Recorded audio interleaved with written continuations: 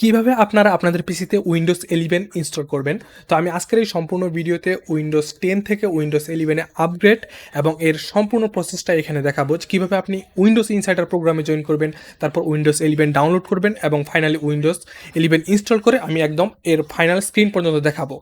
এজন্য আপনি প্রথমে আপনার উইন্ডোজের সেটিংসে চলে যাবেন এবং সেটিংস থেকে আপডেট অ্যান্ড প্রাইভেসিতে যাওয়ার পর আপনি সবার নিচে একটি অপশন দেখতে পারবেন যে উইন্ডোজ ইনসাইডার প্রোগ্রাম নামে একটি প্রোগ্রাম রয়েছে।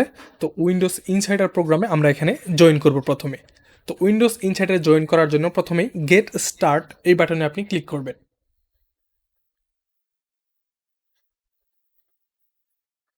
তারপর এখানে আপনি আপনার একটি মাইক্রোসফট অ্যাকাউন্ট দিয়ে লগ ইন করবেন। যদি আপনার পিসিতে থাকে তাহলে আপনি সরাসরি সিলেক্ট করতে পারবেন অথবা নতুন করে লগ ইন করবেন। তারপর এখানে রেজিস্টার বাটনে ক্লিক করবেন এবং ফাইনালি সাইন আপ। তারপর এখানে টিক মার্কটি দিয়ে আপনি ওকে করে দিবেন। তো আপনার এখানে রেজিস্টার কমপ্লিট হয়ে গেছে। তো এখান থেকে আপনি বেটা চ্যানেলটি সিলেক্ট করতে পারেন, এটা আপনার জন্য ভালো হবে। তো আপনি যদি খুব দ্রুত উইন্ডোজ 11 পেতে চান তাহলে আপনি দেব চ্যানেল সিলেক্ট করে কনফার্ম করে দিবেন এবং তারপর পুনরায়। তো এখন আমাদের এই পিসিটি রিস্টার্ট করতে হবে এবং এই পিসিটি আমরা রিস্টার্ট করে পুনরায় ফিরে এসেছি। তো পিসিটি রিস্টার্ট দেওয়ার পর আমরা জাস্ট চেক আপডেটে ক্লিক করব।